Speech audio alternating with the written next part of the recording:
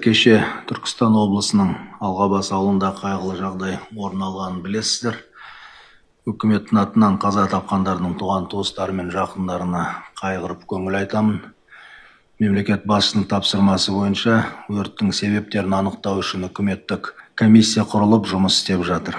Зардап шеккендерге және қаза тапқандардың отбасыларына барлық қажетті көмек, оның ішінде материалдық және медициналық көмек көрсетіледі.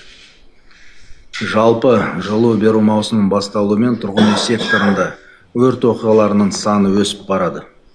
Біз бұл мәселені қазан айында үкімет отырысында қарадық, алайда жағдайдың жақсарғанын әзірге көріп отырған жоқпыз. Сондықтан алдын алу және түсіндіру жұмыстарын күшейту қажет. Төтенше жағдайлар министрлігіне өрттерді болдырмау, адамдардың өмірін сақтау мәселелері бойынша орталық және жергілікті мемлекеттік органдардың жұмысын тиісті деңгейде үйлестіруді қамтамасыз етуді тапсырамын. Өңір әкімдіктерімен және ішкі істер министрлігімен бірлесіп, тұрғын үй секторын, әсіресе жатақханалар мен хостелдерді, халықтың әлеуметтік осал топтарының үйлерін аралап, рейдтер жүргізу қажет.